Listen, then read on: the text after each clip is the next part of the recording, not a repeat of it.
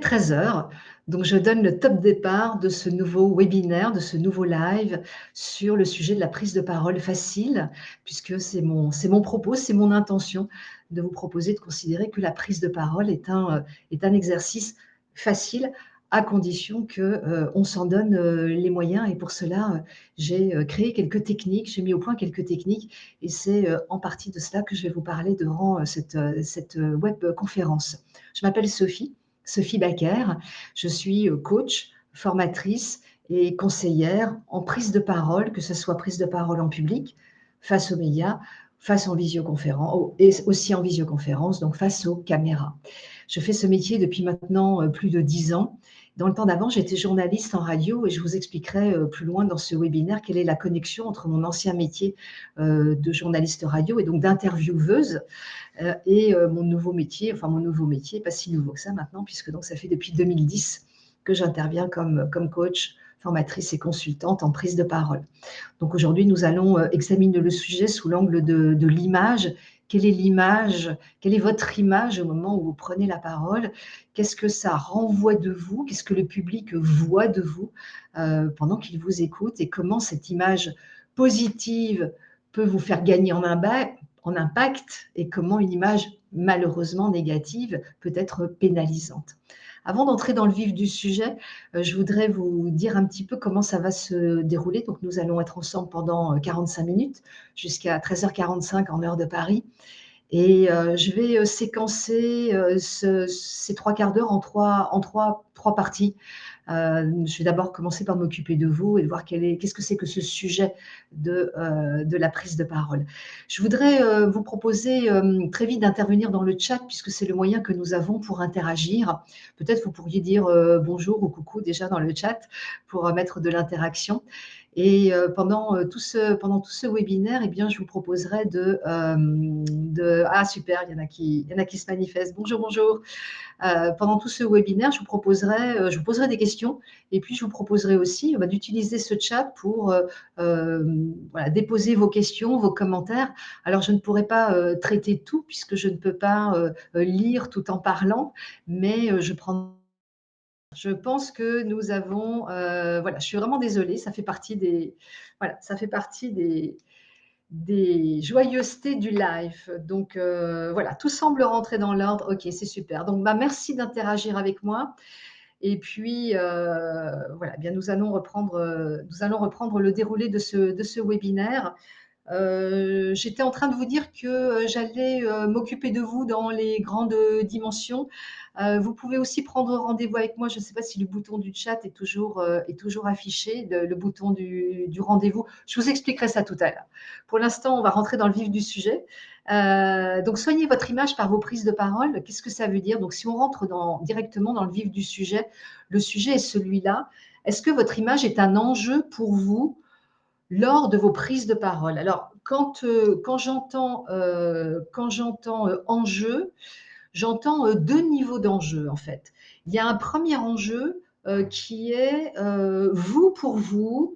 Est-ce que vous êtes rassuré sur le fait que, eh bien, quand les personnes vous écoutent et vous regardent parler, eh bien, vous êtes à la hauteur finalement de ce que vous souhaitez, que vous apparaissez comme vous voudriez. Alors, le sujet, c'est pas de savoir si esthétiquement vous vous trouvez correct, parce qu'on a toujours une image sur soi personnelle qui est beaucoup plus critique que celle des autres. Mais est-ce que vous avez l'impression que vous êtes à la hauteur des enjeux, que votre apparence est à la hauteur de votre niveau d'expertise? Voilà, ça, je crois que c'est vraiment le point principal. Est-ce que votre image, telle que vous la ressentez-vous, est à la hauteur de votre savoir, de votre expertise? Si vous avez envie de répondre dans le chat, oui, non, est-ce que c'est un sujet pour vous? Allez-y, n'hésitez pas. Moi, ça me permettra de rebondir au plus près eh bien, de ce que vous voulez, de ce que vous attendez pour ce webinaire. Ensuite, il y a un autre sujet derrière ce sujet de l'image, c'est le sujet de les autres. Qu'est-ce qu'ils vous renvoient de vous? Moi, je travaille avec beaucoup de personnes qui me disent, voilà, mon chef m'a dit que eh bien, ma prise de parole n'était pas tout à fait OK, que j'avais l'air emprunté, que j'avais l'air pas rassurée, que j'avais l'air hésitant. Et donc, mon chef aimerait que j'améliore ma prise de parole. Évidemment, le chef ne dit pas comment faire parce que tout ça, c'est voilà, tout ça, c'est comme je vous le disais juste avant que ça décroche, tout ça est une affaire de technique en fait. J'ai des connaissances suffisantes, dit Olivier. Merci pour ce partage, Olivier. J'ai des connaissances suffisantes, mais j'ai des difficultés à les valoriser moi-même. J'ai un complexe de dévalorisation de moi-même. Alors, j'apprécie beaucoup le terme que utilise Olivier, la dévalorisation, parce qu'en fait, c'est pas tant un complexe, mais c'est effectivement le problème de mettre de la valeur ou pas sur l'orateur que nous sommes. C'est-à-dire qu'il y a un décalage entre notre savoir et notre savoir-dire. Moi, j'aime beaucoup parler de savoir-dire, qui est un mot que je suis à peu près la seule, je crois, à utiliser. Le savoir-dire, c'est cette expérience de pouvoir mettre en valeur et donc de valoriser toutes ces connaissances par un mécanisme, voilà, par une technique que je vais vous proposer un tout petit peu plus loin un tout petit peu plus loin dans ce webinaire. Alors, il y a le symbole, il y a le syndrome de l'imposteur aussi, ajoute quelqu'un. Oui, on a plein de questions en fait qui nous viennent à l'esprit quand on prend la parole. En fait, le sujet de la prise de parole, c'est qu'on est seul face aux autres. Comme moi tout à l'heure face à vous, enfin même encore maintenant, mais tout à l'heure encore plus quand il n'y avait pas cette interaction et quand ma machine était déconnectée. Alors, si on continue un petit peu plus loin, la question que j'ai envie de vous poser, c'est est-ce que c'est un enjeu pour vous seulement? Qu'est-ce que la valeur ajoutée demande quelqu'un. Je vais y répondre. Pour l'instant, j'avance un petit peu, puis après, je vais vous répondre à qu'est-ce que c'est que cette histoire de valeur ajoutée, parce qu'en fait, c'est quelque chose de très important. Ma question, c'est est-ce que c'est un enjeu pour vous seulement? Est-ce que c'est un enjeu pour vous, mais aussi pour votre équipe, pour votre chef? Comme dans la petite scénette que je racontais, c'est le chef qui dit: «Bah, ta prise de parole, elle n'est pas terrible». OK, mais qu'est-ce que je fais de ça? Et puis, de manière plus large aussi, l'enjeu peut être aussi un enjeu pour toute l'entreprise et même le secteur d'activité. C'est-à-dire qu'une prise de parole qui n'est pas à la hauteur des attendus du public va pénaliser non seulement celui qui parle, mais je dirais tous les gens qu'il traîne derrière lui, toute son entreprise. Par exemple, si je prends l'exemple d'un commercial, eh bien, le commercial, quand il interagit, quand il prend la parole face à un prospect ou face à un client, eh bien, le client, le prospect va se faire une idée de toute la compagnie, de toute l'entreprise qu'il y a derrière celui qui parle, par la prise de parole de cette personne unique. Pour le secteur d'activité, moi je travaille, ça m'arrive de travailler dans le secteur du nucléaire. J'accompagne des personnes qui prennent la parole face à des riverains, face à des associations d'usagers. La qualité de la prise de parole, l'image, que transporte l'orateur et son récit va donner une idée de tout le secteur d'activité, de toute l'entreprise. Donc en fait, c'est en cela que le sujet de l'image en prise de parole est vraiment un point très intéressant. C'est effectivement, certains répondent: «Oui, c'est un enjeu pour moi ainsi que pour l'équipe», mais oui, ainsi que pour toute l'entreprise. Il y a effectivement beaucoup d'enjeux et souvent, on nous fait porter l'enjeu, si je suis l'orateur, on me fait porter l'enjeu sur moi, alors que je n'ai pas été formée à la prise de parole, alors que ça ne fait pas partie de mon cahier des charges formellement, alors que je suis peut-être timide, d'origine, alors qu'à la base, je veux dire, voilà, peut-être que, je ne suis pas le meilleur orateur, mais peut-être que du fait de mon expertise, ben, moi, c'est moi qui me retrouve face au public. Et donc c'est pour ça que dans le monde d'aujourd'hui, ce sujet, il est devenu, beaucoup plus exigeant, que dans le monde d'avant, parce que dans le monde d'avant, on prenait plus souvent qu'aujourd'hui la parole dans un petit groupe, dans lequel il y avait, un capital de sympathie. C'est-à-dire dans votre société, dans votre entreprise, on vous connaissait et si vous n'étiez pas un très bon orateur, c'était pas très grave parce que ce manque d'expertise était compensé par autre chose. On vous savait expert, on vous savait, sympa, on vous savait avec d'autres compétences. Aujourd'hui, le monde a changé et l'orateur que vous êtes s'adresse plus souvent qu'avant à des personnes qui ne vous connaissent pas. Même au sein d'une entreprise, on ne vous connaît pas toujours. Si vous êtes un manager de projet et que vous managez en mode projet, Vous managez des personnes qui ne sont pas sous votre autorité hiérarchique et qui n'ont pas de capital de sympathie pour vous. Donc en fait, ce sujet, dans le monde d'aujourd'hui, le sujet de l'image, il est un petit peu comme cet iceberg très symbolique que je vous présente ici. La prise de parole, elle est la partie émergée de l'iceberg et elle doit témoigner de la valeur du tout. Alors pour répondre à cette question qui était qu'est-ce que la valeur ajoutée? Eh bien, je dirais que dans le monde d'aujourd'hui, si vous ne apportez pas de la valeur, c'est-à-dire de la valeur au sens quelque chose de plus, si vous n'apportez pas, pendant que vous parlez, des informations qui sont intéressantes, qui sont singulières, hein, qu'on n'a pas encore vues ailleurs. Si vous n'apportez pas de la valeur, si vous n'ajoutez pas de la valeur, eh bien, on ne vous écoutera pas parce que vous n'intéresserez pas. Autrement dit, si ce que vous racontez est déjà sur internet, c'est un peu schématique, mais c'est quand même ça. Si tout ce que vous racontez est déjà sur internet, si vous n'apportez pas de la valeur, eh bien, on ne vous écoutera pas, on a mieux à faire, on va se débrouiller tout seul, on va aller faire des recherches tout seul sur internet, a fortiori maintenant avec ChatGPT. Donc, l'orateur, on l'attend vraiment avec une valeur supplémentaire, d'où la question de ne pas se dévaloriser avec une image pénalisante. J'ai posé le problème, je vais répondre à quelques questions. Comment apporter de la valeur? C'est ce qu'on va voir tout de suite après. Il y avait une autre question. Alors, je suis une étudiante, j'ai une parole déplacée en réunion, j'ai pris un avertissement parce que cette parole a été instrumentalisée. La prise de parole en groupe est dangereuse. Waouh! Merci beaucoup pour ce témoignage. Ça illustre, malheureusement pour vous, toute la cruauté du monde d'aujourd'hui. Quand je parle de la cruauté du monde d'aujourd'hui, c'est qu'avec ces nouveaux outils technologiques, eh bien, effectivement, une parole peut être extraite de son contexte, n'est-ce pas? C'est le principe aussi des médias, extraite de son contexte, et puis ensuite, ça va tourner sur les réseaux. Et effectivement, dans le monde d'aujourd'hui, c'est très important de être absolument responsable, je veux dire en maîtrise de ce qui franchit nos lèvres. Et quand je parle d'image, je voudrais rajouter quelque chose. Quand je parle d'image, je ne parle pas seulement de votre image physique, de ce qu'on voit de vous, de vos traits, de la manière dont vous êtes coiffé, dont vous êtes maquillé, dont vous souriez ou souriez pas, la manière dont vous êtes habillé. Au-delà de vous, cette image, c'est une image de marque. Hein, on peut rapprocher ça aussi de la notoriété, de la réputation. Quelle réputation, à quelle réputation vous contribuez par l'image que vous transportez.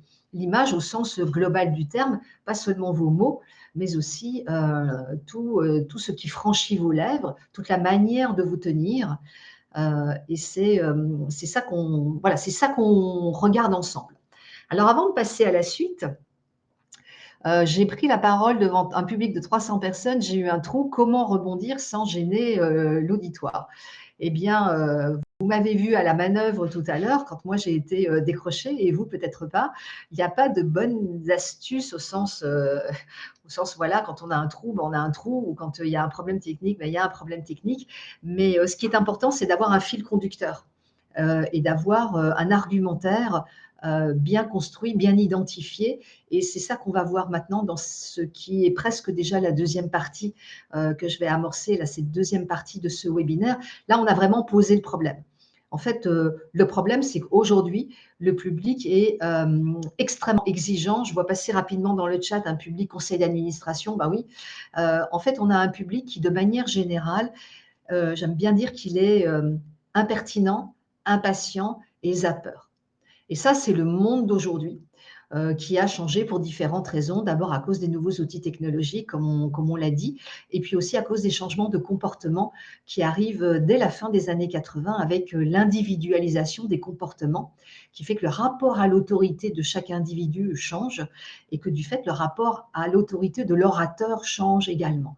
Et donc, on a en face de nous, de manière générale, considérez-le de manière générale, un public qui est beaucoup plus exigeant, beaucoup plus impatient, impertinent et zappeur. Ça, c'est vraiment de manière générale. Donc, en fait, on est face à un changement de paradigme parce que l'orateur a changé dans sa manière d'écouter.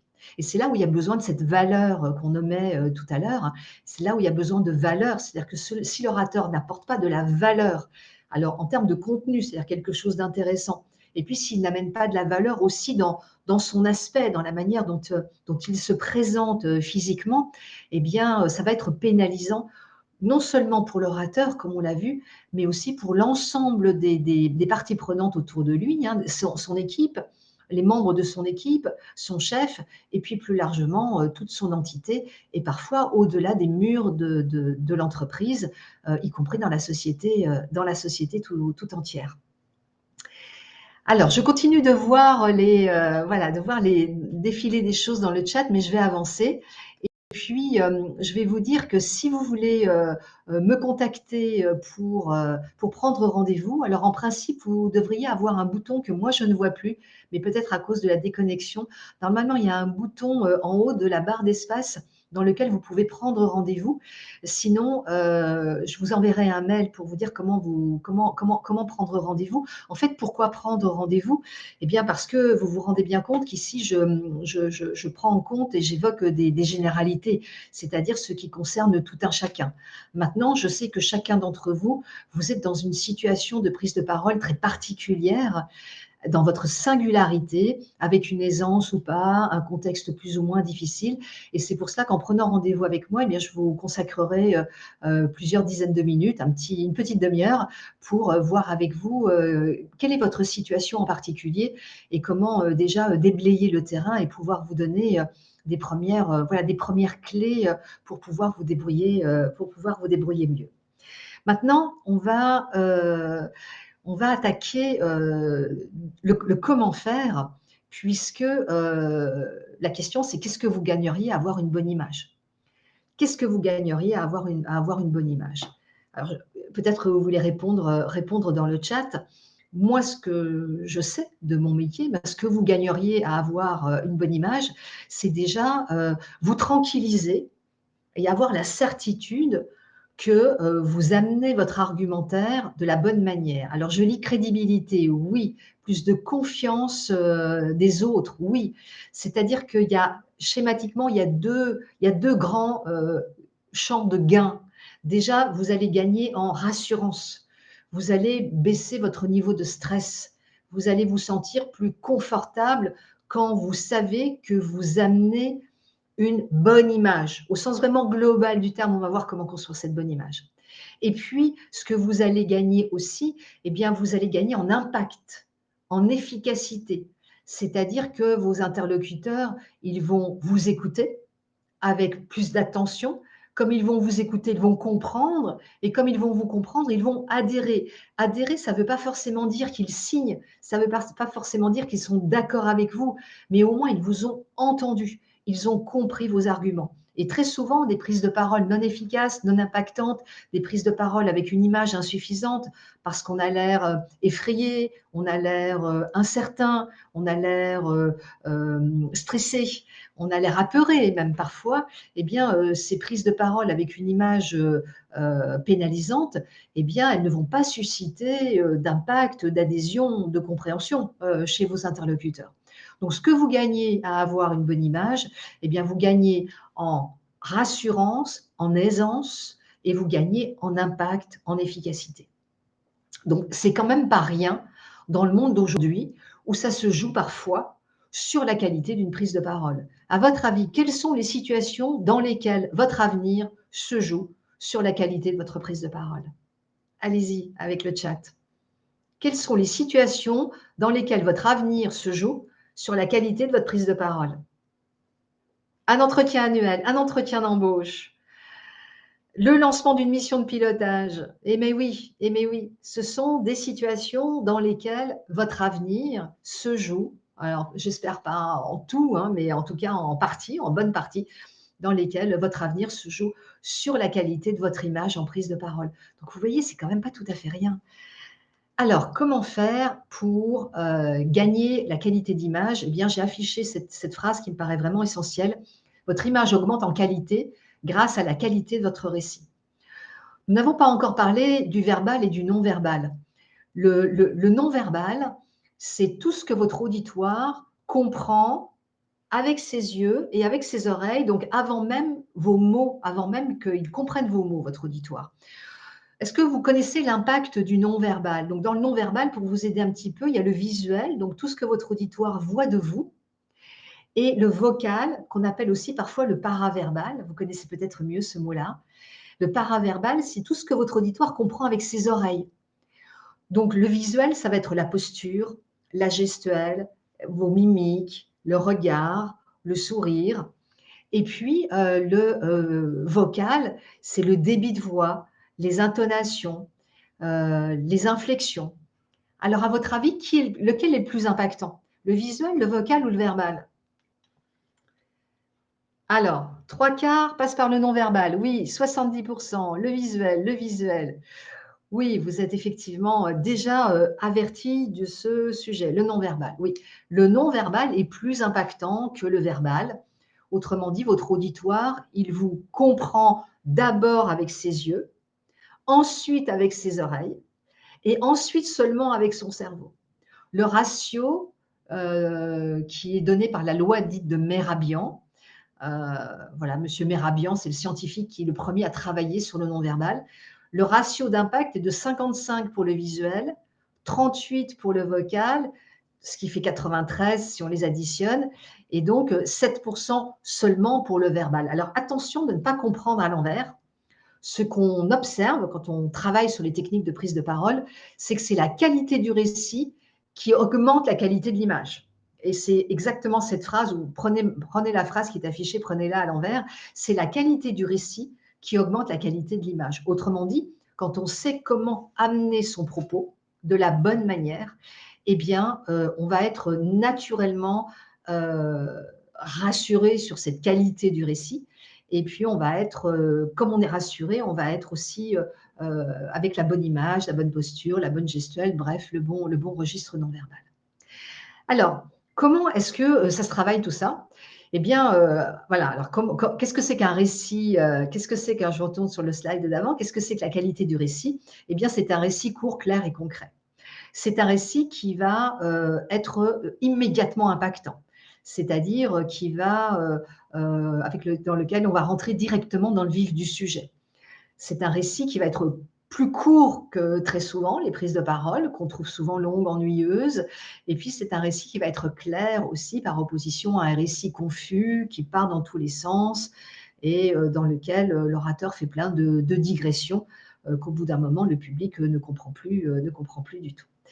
Donc, pour faire court, clair et concret, je vous ai dit dans ma présentation que, à une certaine époque, j'avais été journaliste en radio et je m'étais rendu compte de 2 choses par rapport aux prises de parole justement de mes interlocuteurs, des personnes que j'interviewais. Je m'étais rendu compte, que, d'une part, elles construisaient en fait en mode cartésien, c'est-à-dire qu'elles construisaient en mode introduction, développement, conclusion. Elles construisaient leurs propos, elles amenaient leurs propos en mode thèse, antithèse, synthèse. Or moi, en tant que journaliste et pour mon auditoire, pour mon audimat, eh bien, je m'étais rendu compte que ce qui m'intéressait, c'était, la fin du récit. C'était schématiquement, c'était la conclusion. Et donc, ça venait trop loin, trop longtemps. Il y avait des tas de contingences, de sujets qui étaient évoqués avant qu'on arrive straight to the point, comme disent les Anglais qui ont voilà, qui ont une construction narrative bien plus directe que la construction française. Donc, je m'étais rendu compte qu'il fallait inverser la structure narrative et plutôt que de construire en 3 points, grand A, grand B, grand C, eh bien, construire avec un seul message principal qui vient comme une colonne vertébrale tout au long du récit et qui vient du coup donner le fil rouge aussi bien pour celui qui parle que pour celui qui écoute. Donc en fait, ça règle le problème de la stabilité, hein, de la confiance en soi, puisqu'on a un seul message principal et on va le construire, on va construire, on va construire ces arguments, on va tricoter les arguments tout autour de cette colonne vertébrale. Donc on ne se perd plus en chemin, et comme on ne se perd plus en chemin, eh bien on peut être rassuré sur la manière dont on va raconter l'histoire quand on est l'orateur. Et puis c'est plus pratique aussi pour l'auditoire qui a plus de facilité à suivre un seul chemin que 3 chemins à la fois. Et puis, toujours, au moment pendant cette partie de ma vie où je suis, journaliste, où je fais des interviews, je me rends compte que très souvent, les propos sont conceptuels, techniques ou implicites. Un propos conceptuel, par exemple, c'est: «Nous allons augmenter les ressources pour améliorer les résultats et gagner en impact pour être plus performants». Voilà, c'est très conceptuel, ça n'a pas vraiment de chair. Et pour détricoter ça et aider mon interlocuteur à gagner en impact, je lui disais: «Mais concrètement, comment vous allez faire?» Et là, j'avais trouvé la clé du registre lexical explicite et j'avais trouvé la deuxième clé de méthode, celle qui fait que le propos va pouvoir être, court, clair et concret. Et c'est avec ça que, vous allez pouvoir vous rassurer sur la construction du récit et par un effet, holistique, parce que nous sommes, tout en un, hein, c'est-à-dire que nous ne pouvons pas débrancher notre cerveau de notre visage, de nos corps, de nos mains et cetera. Et bien, c'est avec cette méthode-là, vous allez pouvoir améliorer votre image parce qu'au préalable, vous aurez consolidé la structure narrative, le récit tel qu'il est attendu aujourd'hui par votre auditoire. Voilà, l'expérience fait la différence, dit quelqu'un dans le chat. Alors, plus vous avez d'expérience, plus vous avez d'arguments concrets à pouvoir amener, parce que vous allez pouvoir faire référence à des expériences passées dans lesquelles vous avez mis en pratique. Et donc, ma recommandation pour gagner en impact, elle est d'aller piocher dans ce registre lexical explicite, donc construit avec du verbe d'action, comment vous avez fait et d'amener cette expérience dans le récit. C'est-à-dire qu'il ne suffit pas d'avoir de l'expérience pour être un bon orateur.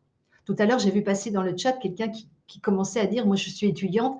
Alors, je n'ai pas pu continuer parce qu'il faut que je déroule pour chacun d'entre vous, mais très souvent, quand on est en début de carrière, on se dit: «Bah, moi, je ne suis pas bon orateur parce que je n'ai pas d'expérience». Et puis ceux qui sont en fin de carrière, eh bien, ils me disent: «J'ai beau être en fin de carrière et avoir beaucoup d'expérience, eh bien, je ne suis toujours pas un bon orateur». C'est que la quantité ne fait rien à l'affaire, c'est vraiment une méthode, une technique. Et j'aime bien les métaphores sportives. C'est un petit peu comme, si on prenait une métaphore, par exemple, si j'étais un prof de tennis, eh bien, si je suis un prof de tennis, je vous apprends à faire un geste technique. Donc, je vous explique, par exemple, comment découper le coup droit. Alors, du coup, je me tourne. Comment découper le coup droit en une succession de moments pour pouvoir gagner en impact dans ce geste du coup droit. Et donc, je vous fais sortir de la dimension intuitive pour entrer dans une dimension d'expertise technique. Alors, ce n'est pas forcément tellement plus compliqué que le coup droit au tennis, simplement il faut acquérir de la méthode. En tout cas, moi, je vous propose d'acquérir de la méthode. Et la pratique de la prise de parole, parce que je continue d'avoir un œil sur le chat, la pratique de la prise de parole n'est pas non plus la clé de tout. Je vais vous raconter une anecdote. J'ai travaillé un jour avec le vice-président d'une entreprise internationale et cette personne était très à l'aise, en prise de parole, grande aisance, grande expertise, 40-45 ans, donc avec déjà une très bonne expertise professionnelle derrière lui et vraiment très à l'aise. Et puis ce monsieur a eu un accident de la route, pas grave, mais il a reçu l'airbag dans la figure et puis il a momentanément perdu l'usage d'un de ses œils. D'un de ses yeux, enfin d'un œil. Et personne ne voyait rien à ce handicap qui était passager, mais lui, ça l'a complètement déstabilisé et il a complètement perdu pied au moment d'une prise de parole très importante devant un auditoire très, très, très important. Et donc, il est venu me voir. Pourquoi? Parce qu'il m'a dit: «En fait, je savais parler en public, mais je ne savais pas comment je faisais. Et donc, je ne peux pas compenser mon handicap, cette perte momentanée de la vue avec un œil. Je ne sais pas compenser parce qu'en fait, je ne sais pas comment je fais à l'intuition». Et donc, c'est vraiment cette histoire de passer d'un geste intuitif à un geste technique qui est au cœur de la méthode du losange, la méthode que je vous propose d'utiliser si vous en avez envie ou si vous en éprouvez le besoin. Et c'est avec cela que j'accompagne mes champions pour les faire monter en compétences, pour avoir un socle, pour avoir vraiment une technique. Une fois encore, je répète, face à un auditoire qui est beaucoup plus cruel, impatient, exigeant et qui a très vite fait de se faire une image de vous pénalisante, qui va vous pénaliser en termes d'image, de réputation, de notoriété, vous, votre équipe, votre entité, parfois encore plus malheureusement. Qu'est-ce que vous en dites? Alors, il y a des petits, je vois des petites émoticônes dans le chat. Qu'est-ce que ça vous évoque le fait d'avoir de la méthode? Est-ce que, vous voyez la différence d'avoir une méthode et de ne pas en avoir? C'est-à-dire de partir à l'intuition au lieu de partir avec une méthode. La méthode rassure, oui. Hâte de voir la méthode du losange. Alors la méthode du losange, pour vous l'expliquer un petit peu plus longuement, il faudrait que je prenne un petit peu plus de temps. Je vais quand même vous dire, dans cette troisième partie, comment se passe un accompagnement pour que vous compreniez comment ces éléments de méthode finalement vont vous aider si, bien sûr, vous avez envie ou besoin de vous en saisir, vont pouvoir vous aider à monter en compétences et à améliorer donc votre image de vous, aussi bien l'image dans ce qu'on en voit que l'image telle qu'on l'aperçoit dans son globalité, comme on l'a dit tout à l'heure, par rapport à ce qui émane de vous en termes de crédibilité, de légitimité. J'aime bien parler aussi de la fierté de dire. Quand vous êtes un orateur, c'est important, me semble-t-il, qu'on sente que vous êtes fier de ce que vous avez accompli, fier de votre savoir, de vos connaissances. Pourquoi? Parce que vous passez le plus clair de votre temps à faire du mieux que vous pouvez. Donc votre prise de parole, elle doit, c'est important pour tout le monde, qu'elle reflète ce mieux pour tout le monde. L'intuition est très intéressante pour adapter le discours à l'audience. Oui, je prends le point, je ne sais pas qui m'écrit, Christian, je prends le point, mais vous ne pouvez pas toujours vous adapter. Par exemple, moi là, je ne peux pas m'adapter. C'est-à-dire que je ne sais pas je ne peux pas prendre le pouls de ce qui se passe. Et puis parfois aussi, vous avez face à vous soit une salle trop grande et vous ne pouvez pas exactement vous adapter, soit vous avez en face de vous un public hostile. J'ai travaillé la semaine dernière avec quelqu'un qui est le manager d'une équipe et qui a été dans lequel il y a, pour laquelle il y a un plan social qui est en cours. Donc, au moment où il a annoncé le plan social, il était tout sauf face à un public favorable. Cependant, face à ce public hostile, il fallait quand même tenir le point, dérouler ses arguments, tenir le propos. Donc, en fait, il y a des situations dans lesquelles, c'est ma proposition en tout cas, l'intuition n'y suffit pas. Une fois encore, encore plus dans le monde d'aujourd'hui où le public est hostile, enfin hostile ou en tout cas très exigeant.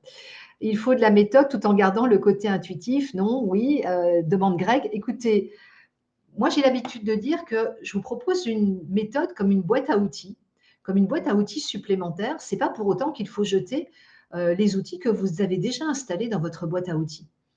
Donc, votre boîte à outils intuitive, bien sûr, pourquoi ne pas la garder et vous en servir dans les situations dans lesquelles vous n'avez pas besoin d'autre chose? C'est tout à fait pertinent. Après, il y a peut-être des moments ou des situations où vous êtes peut-être arrivé à un moment dans votre parcours professionnel ou dans votre parcours tout court où vous avez besoin de pouvoir d'être plus impactant, avoir une meilleure image de vous en prise de parole, comme je le disais au tout début. Et ça, c'est voilà, ça se travaille. C'est grâce à la méthode.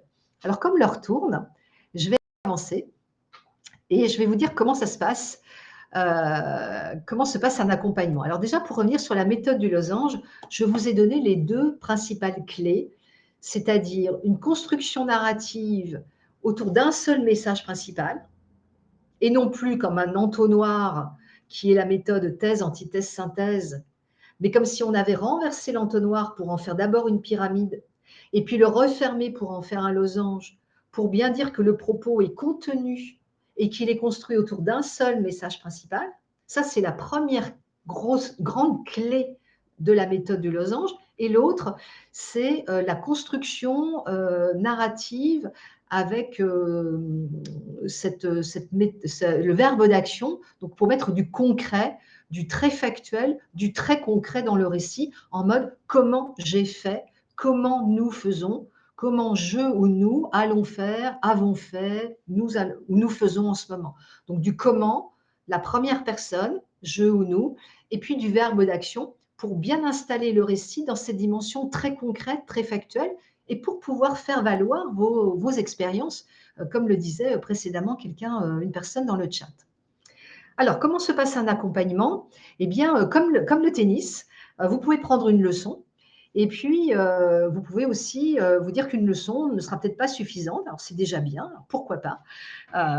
Mais, de manière, plus courante, disons, il faut s'entraîner un petit peu parce que ce que je vous propose et ces 2 clés de méthode, en fait, elles sont, contre-intuitives justement et c'est très difficile de débrancher ce qu'on a l'habitude de faire pour faire autrement, confère, mon exemple du tennis, mais ça peut être aussi un instrument de musique ou tout ce que vous avez eu, besoin d'apprendre parce que l'intuition n'y suffit pas et vous avez constaté, peut-être en apprenant à jouer de la guitare ou du piano, en apprenant à jouer au tennis ou au rugby, eh bien que la technique, la méthode, elle vous aide à aller plus loin, à être plus impactant, à avoir une meilleure image si on reprend, le sujet de notre sujet du jour.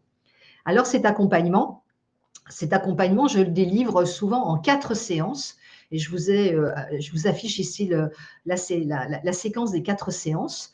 Pourquoi 4 séances? Parce que je me suis rendu compte que la première séance était vraiment la séance découverte des éléments de la technique. Donc c'est ce que j'appelle, la séance débutant. Alors j'ai mis 1er avril à titre d'exemple pour vous montrer qu'en l'espace d'un mois, vous pouvez, régler votre problème et arriver en mode expert comme vous le voyez sur le schéma, sur la quatrième bulle, la quatrième partie, le 30 avril, vous êtes expert. Alors, qu'est-ce qui se passe entre-temps? Donc, première séance, découverte approfondie de la méthode du losange que je viens de vous présenter très rapidement. Ensuite, premier exercice de prise de parole, c'est-à-dire que je vous mets toujours en situation d'expérience, vraiment comme un instrument de musique ou comme un sport. Je vous mets en situation de vous entraîner au plus près du réel et d'utiliser les outils pour que vous puissiez vous-même vous en faire votre propre idée et voir ce que ça fait déjà sur vous. Et puis, on va travailler à poser des critères objectifs de performance, des critères mesurables. Alors, il y a plusieurs choses qu'on peut mesurer. Il y a d'abord, comme je vous l'ai dit quand je parlais du non-verbal, on peut mesurer la stabilité du corps. On peut mesurer la gestuelle. Est-ce qu'il y en a une ou pas? Ou est-ce que le corps est replié sur lui-même et n'est pas ouvert vers son public? On peut mesurer aussi le débit de la voix. Est-ce qu'il est trop rapide ou trop lent? Souvent, sous stress, il est trop rapide. On peut mesurer aussi avec l'onde sonore d'un enregistreur vocal, on peut mesurer les inflexions. Est-ce que le propos est plat, monotone? Auquel cas, votre auditoire va décrocher. Parfois aussi, on entend que les fins de phrases dégringolent. Ça fait une onde sonore qui tombe comme ça.